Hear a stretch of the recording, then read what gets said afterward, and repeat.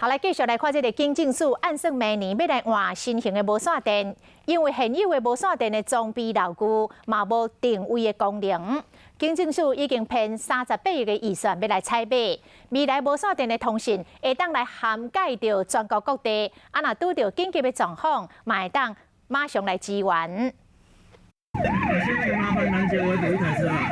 阮经历外口巡逻，若拄到紧急状况，拢用无线电立法。不过，这个无线电已经用要30年啊。警政署拍算要换新的。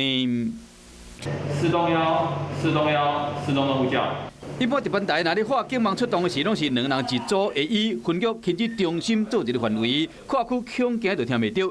听到警政署要编预算换新的，基层的员工人员讲，上界要紧的是 GPS 定位的功能。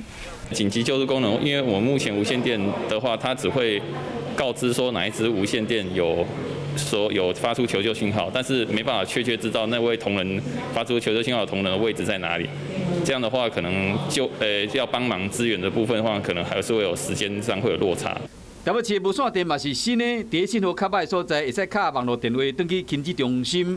卡细机嘛较轻，其实伫新竹警察局都已经有新的无线电啊，会使支援 GPS 的系统。你在发射的时候，它也会将你 GPS 的讯号传回亲子中心。这时候你在行动、在移动的时候，你就可以掌握现在你目前的位置大概在哪里。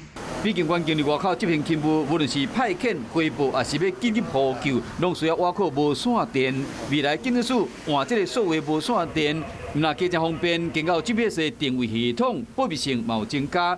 目前已经到采买阶段，估计为明年开始会使分区换发甲启用，或者警察代人执行勤务的时，更较安全。